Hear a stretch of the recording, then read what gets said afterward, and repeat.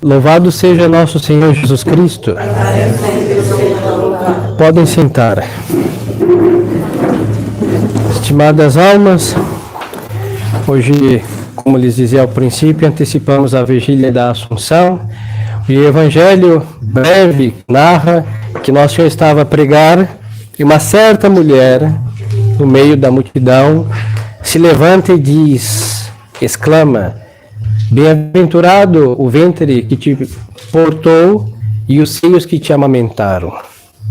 Os padres da igreja veem nessa mulher uma imagem da igreja, porque a igreja não tem respeito humano. Senhores, imaginem, está de repente pregando o sermão agora e alguém levanta e diz algo para bendizer a Santíssima Virgem. A começar do padre, e todos os senhores pensariam muito mal dessa pessoa, desequilibrada, distraída, exaltada, rotularíamos de 1000 adjetivos e todos eles negativos. Pois então, essa mulher, não. Essa mulher está ouvindo Nosso Senhor e ao vislumbrar a verdade das palavras de Nosso Senhor, ela foi a origem da humanidade do Verbo, que é quem? A maternidade de Nossa Senhora.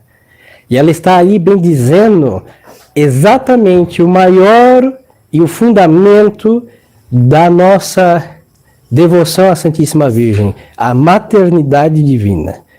Nossa Senhora Imaculada Conceição é Virgem Perpétua, assunta agora aos céus, vamos celebrar dia 15, daqui a 2 dias. Tudo isso por quê? Porque ela é mãe de Deus. Todos os dogmas marianos se assentam no fundamento da maternidade divina. E essa mulher foi até lá. Nosso Senhor não estava falando da sua mãe. Nosso Senhor não estava pregando nem sobre a sua encarnação, estava ensinando como eles, parábolas, ensinamentos morais, seguramente, mas essa mulher, pela moral, chega à teologia. Ela vai à causa. E ela se levanta a uma multidão e não tem vergonha de confessar e bendizer a maternidade de Nossa Senhora. E Nosso Senhor aproveita, por assim dizer, este louvor e vai dar outro louvor à sua mãe. E ele vai dizer, é o que acabamos de ouvir no Evangelho: bem-aventurado antes aqueles que ouvem a palavra de Deus e a põem em prática. Porque é exatamente isso que fez Nossa Senhora. Quando lembremos lá dos primeiros capítulos de São Lucas, o anjo lhe anuncia, a Santíssima Virgem ouve, aceita e põe em prática. Eis aqui a escrava do Senhor. E Nosso Senhor, vendo aquela alma movida pela sua pregação, que vai exaltar a sua mãe e vai colocar: a sua mãe sempre ouviu e praticou o que ela ouvia de Deus, praticava. Por isso ela se tornou sua mãe. Estimadas almas, nós podemos, por assim dizer, é uma analogia, parir, palavra tão forte e meia profanada pelas feministas que dão luz em casa, mas é a palavra correta, a verdade. Todo conhecimento que nós recebemos, sejam eles quais forem, o nosso intelecto dá luz, é quase um parto. Nós abstraímos a realidade que está externa a nós, nós abstraímos as coisas e elas entram entre nossos sentidos, o fantasma, e toda a filosofia vai explicar. Quando conhecemos a verdade, há um parto. Assim que hoje em dia as pessoas não parem mais, nem no sentido material, muito menos no sentido intelectual, porque não conhecem a verdade. Pois então, a palavra de Deus é o Verbo. Todos os que conhecem a Deus pela fé ouviram as verdades de Deus, e nós ouvimos as verdades de Deus quando Ele se fez carne. E ao aderir à verdade de Deus, de nosso Senhor Jesus Cristo, nós parimos. Por isso Nosso Senhor vai dizer: estes são minha mãe, meus irmãos e minhas irmãs. Porque todos aqueles que aderiram e aderirão e aderem à verdade do Evangelho dão à luz, pelo intelecto, a verdade que é a luz. Por isso o Evangelho último da missa diz: ele é a luz que ilumina a todos os homens que veem mundo. A verdade ilumina. E é quando nasce da luz. Nós saímos das trevas da ignorância para ter o que é a luz da verdade. E essa mulher, quando pariu a verdade pelo intelecto, vai exclamar e vai à causa a maternidade divina de Nossa Senhora. Nós, neste mundo covarde, infeliz que nos toca viver, o diabo fez uma coisa muito bem feita, em detrimento da glória de Deus e da nossa salvação.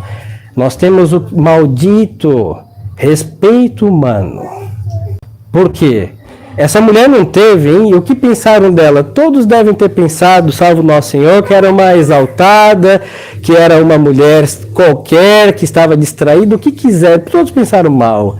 Mas ela não pensa no que vão pensar dela. O respeito humano é uma desgraça que atrofia as iniciativas boas, porque nós pensamos o que pensarão de nós. Todos vão pensar mal.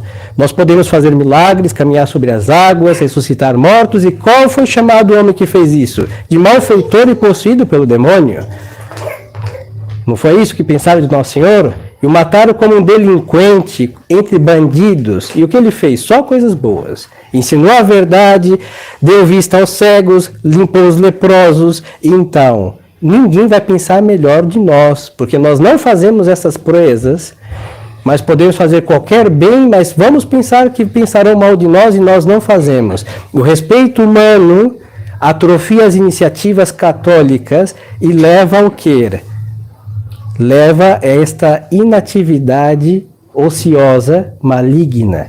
Porque num exército, se um soldado não pegar as armas pensando o que pensarão de mim se eu dar o tiro no inimigo, foi vaidoso, quis se amostrar e etc., este combate está perdido. Cada um deve fazer o que lhe compete num combate e matar o inimigo com as suas armas. Se fosse assim, não estaria nem no exército, nem pegando nas armas. Simples. Pois na vida do homem é exatamente a mesma coisa. Nosso Senhor deu a todos nós qualidades, apesar dos inúmeros pecados e mazelas que nós temos, que polulam, hein? Mas entre eles existem algumas coisas boas que nós devemos usar para a glória de Deus, justo para diminuir e extinguir as nossas mazelas, mas nós não usamos porque vamos pensar, vamos pensar que eu sou uma beata, porque eu tenho um crucifixo. Se a gente pede licença porque é hora de rezar o terço em família, vamos pensar que querem se amostrar como hiperfamília católica. Olha só, e nós não vamos rezar o nosso terço. E quem vai sair prejudicado? Os que pensaram mal de nós? De modo algum. Nós que omitimos as nossas boas obras, para que não pense mal de nós, do bem que nós fazemos. Assim sendo, se explica a ruína pessoal de todos, social, familiar de cada lar e da sociedade católica que vai em putrefação nosso país, porque todos aqueles que poderiam ter feito algum bem não fizeram porque acharam que outros, ou muitos, ou poucos, ou alguém ia pensar mal deles, e assim se atrofiou. Se inutilizou a ação do católico para a virtude em todos os aspectos. E para agravar a situação, colocar em nós o que? A vergonha de fazer as coisas boas. E o que reina? A falta de vergonha da mazela. Hoje, um casal que é um homem e uma mulher que tenham 5 ou 2, ou quantos filhos tiverem, vão ter vergonha de ver 2 homens com um cachorro, um gato, adotando uma criança, passando com aspas até as muralhas da China como filho. Quem fica constrangido? O normal, o segundo Deus. Este fica constrangido. E o anormal, monstruoso, absurdo fica o quê? Aplaudido e aprovado pela vergonha do normal. É assim. Um padre que reza a missa tradicional, que ralou no seminário 6, 7 anos, que não tem bispo nem nada, e qualquer um que está nessa crise vai ser tido como o quê? Um demônio. Agora, quem anda se promiscuindo com os erros do modernismo só porque tem os seus mármores e seus lugares é o que? O correto. E os senhores, por estarem aqui, vão ser rotulados como os piores bandidos da sociedade porque estão seguindo a Nosso Senhor como sempre devemos seguir. E quem está lá levantando o seu folheto e se abanando nesse calor com o folheto, que para isso ele serve, é útil inclusive, só para isso, são tidos como a hipercatolicidade máxima que se possa praticar na face da terra. Então, por causa do respeito humano, o mal triunfa. É difícil, é diferente de ganhar. Ganhar porque ganhou, mas triunfar é um combate feito com maestria e muita glória. Então, queridas almas, sejamos como essa mulher.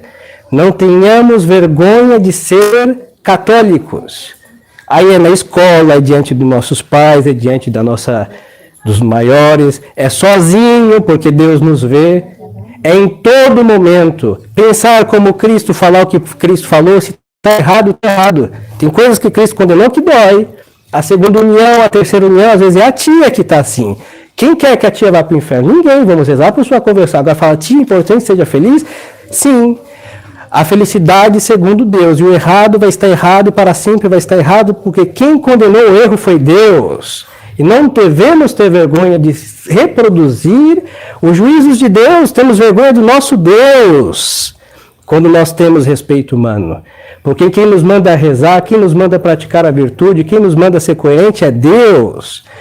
Agora, queridas almas, se nós nos rendemos ao respeito humano, nós podemos agora nem seguir a Santa Missa, vamos jogar cartas, beber alguma coisa, porque só isso teria razão nessa vida. E nossas orações, penduremos nosso terço, meu barrete e tchau, porque se nós não exorcizamos o respeito humano de ser como Deus quer que sejamos, nós não vamos para o céu, nem para o purgatório, vamos para o inferno e tudo está perdido, e dê uma medalha de ouro para o inimigo das nossas almas. Agora, se nós queremos vencer com Cristo, temos que ser como essa mulher que se levanta na multidão e diz, Deus disse, é assim, pronto. E se tem algum problema, resolva com o Altíssimo, porque Deus não pediu conselho para ninguém quando Ele fez os 10 mandamentos. Não pediu para ninguém. Veio da verdade primeira, Ele conhece o ser humano e fez o que ali permitido está, mesmo que tenha leis em contra. E o que ali está proibido, mesmo que as leis do homem aprovem, está condenado por Deus, e simples assim, e tudo está resolvido. Então não tenhamos, hoje é muito triste ver as pessoas têm vergonha de ser normais, têm vergonha de ser católicas em definitiva, e essa vergonha deve ser do pecado, do mundano, do perverso, e eles andam sem vergonha, livres e soltos por aí, impondo suas libertinagens e mazelas, e o correto vai se eclipsando, se ocultando, e eu falo isso até entre os católicos, hein? Até entre os pseudos tradicionalistas, as pessoas querem agora se compactuar, quer ser normal segundo Deus, mas meio adaptado a esse século. E isso recebe de quê, nosso Senhor? É morno. Quem é morno será vomitado por minha boca, disse Deus. Então nós temos que ser essa mulher ardente de caridade, toda holofote iluminada por Deus, e se levantar e dizer, confessar a nossa fé aonde nós estivermos, e o que vão pensar de nós não importa, só importa o que Deus pensa de cada um de nós. Então pensamos ao celebrar a vigília da Assunção de Nossa Senhora essa graça. Nossa Senhora não andou com nenhum é impossível em sua alma, por quê? Porque ela estava firmada em Deus. Ela estava lá de 3 meses, veio da casa de Santa Isabel, depois do parto de São João Batista, e São José não sabia o que tinha acontecido. E Nossa Senhora ficou preocupada? Não, porque a obra de Deus, quem resolve os efeitos colaterais que a verdade leva? Deus. São José teve aquela dúvida, Nossa Senhora ficou aflita, rezou por São José até ele ter um bom sonho com o anjo que lhe explicou tudo. Porque Deus faz a verdade triunfar quando os instrumentos dela não se compactuaram com a vergonha da verdade. Porque a verdade não é digna de vergonha. O que é digno de vergonha é o pecado, é o erro, é a mentira.